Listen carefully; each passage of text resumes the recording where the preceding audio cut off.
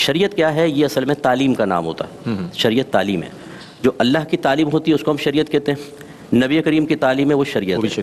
لیکن یہ دونوں شریعتیں، قرآن لے لیں یا حدیث لے لیں آپ، یہ ایک زمانے کے تمام امور کا، تمام معاملات کا احاطہ ضرور کریں گے، لیکن یہ دعویٰ نہیں ہے کہ قیامت تک آنے والے ہر معاملے کو یہاں ذکر کر دیا گیا ہے. اگر ہم صرف اتنے کو ہی شریعت کے اندر محدود رکھیں تو شریعت ناقص کہلائے گی.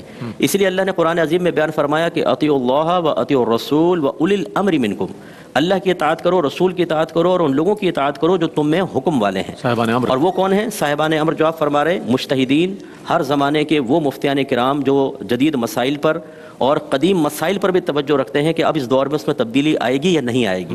اسی طریقے سے لوگوں کی تعلیم اور تربیت کا وہ فریضہ سر انجام دیتے ہیں. اس کا مطلب ہے اب شریعت وہ بھی ہے کہ جو آپ کے زمانے کے صحیح العقیدہ اور ماہر علماء کرام اگر کوئی آپ کو بیان کریں گے تو وہ بھی شریعت میں داخل ہوگا، کیونکہ اللہ کے حکم کے تابع ہو گیا. ابھی جو بات اب لوگ کہتے کیا ہیں، دیکھیں ابھی تو بیان کیا ہے بی بی فاطمہ نے رات میں کہا تھا مجھے دفنانا. تو یہ جو بہت زیادہ ایکسٹریمسٹ ہوتی ہیں خواتین پردے کے معاملے میں، وہ تو انہی چیزوں کو دلیل بناتی ہیں. ان کو یہ سمجھنا چاہیے کہ اللہ تعالیٰ قرآن عظیم میں کیا بیان فرما رہا ہے. بی بی فاطمہ رضی اللہ تعالیٰ عنہ نے جیسا اپنا ماحول دیکھا، جتنی ان کے پاس گنجائش تھی، انہوں نے اس کے مطابق طرز عمل اختیار کیا. اب دور بدل رہا ہے، ہمارے باہر کے ملکوں میں بچیاں ہیں، ہمارے ملک میں عصری تعلیم کے لیے بچیوں کو باہر نکلنا انتہائی ضروری ہے. جوائنٹ فیملیز ہو گئی ہیں جس کا ہمارے مذہب اسلام میں حقیقتاً کوئی تصور نہیں ہے. یہ ہماری ہے نا، وہ تو چھوٹے چھوٹے حجروں میں رہتے تھے، ان کے یہاں تو جوائنٹ فیملی کا سسٹم ہی نہیں تھا. ہاں خاندانی میل ملاپ ضرور تھا، لیکن جس طرح ہمارے یہاں 5-5 فیملیاں ایک ہی گھر کے اندر رہ رہی ہیں ایسا تصور تو نہیں تھا.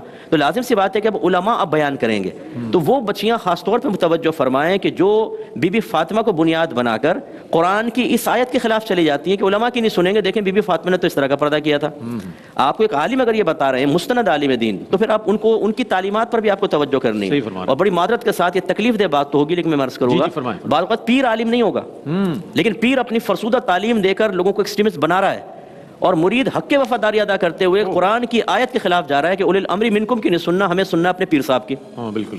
حالانکہ وہ اولی الامر منکم میں داخل ہی نہیں ہے. وہ پیر ذرا اپنے آپ کو ثابت تو کرے کہ میں اولی الامر منکم میں داخل ہوں، میں بھی صاحب امر ہوں. تو لوگ بعض اوقات اپنے پیر، اپنے آستانے، اپنے خاندان کی تعلیمات کو بنیاد بنا کر یہ ثابت کرنے کی کوشش کر رہے ہوتے ہیں کہ آپ میں دینی جذبہ کم ہے، ہم میں زیادہ ہے، حالانکہ خود اس آیت کا انکار کر رہے ہوتے ہیں.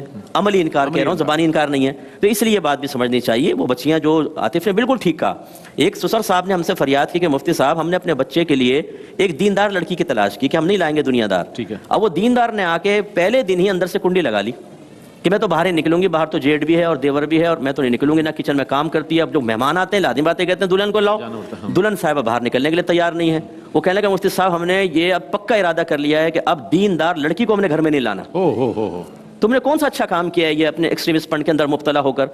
باہر کی بچیاں وہاں، اچھا پھر میں بعض اوقات گزارش کرتا ہوں باہر جو خواتین ہیں ان کے لیے وہیں پہ ڈیلیوری کرنا لازم کوئی ہے. وہ پاکستان آ جائے نا، تقویٰ تو یہ کہتا ہے یہاں فیمیل سب مل جائیں گی، وہاں تو میل سامنے کھڑا ہوگا، اس کے سامنے ستر کھولنا ہوگا. لیکن بچے کی نیشنلٹی حاصل کرنے کے لیے وہ اس رعایت سے فائدہ اٹھا رہے ہیں، اور ہم اجازت دیں گے، ہم میں منع نہیں کر رہا ہوں. لیکن میں یہ کہہ رہا ہوں کہ جو آپ اگر کسی شخص کو فالو کر رہے ہیں، کسی تنظیم کو فالو کر رہے ہیں، کسی خاص اپنے خاندانی رسم و رواج کو فالو کر رہے ہیں، وہ اس کے معاملے میں تو آپ ایکسٹریمسٹ ہیں. لیکن جب آپ کو اپنے دنیاوی نفع حاصل کرنا ہوتا ہے تو پھر آپ باقی سب تعلیمات کو چھوڑ دو، اب یہ دنیا میں فائدہ حاصل کر لو. نظر آتا ہے صحیح، اس میں آپ ہماری مان لیں گے. یعنی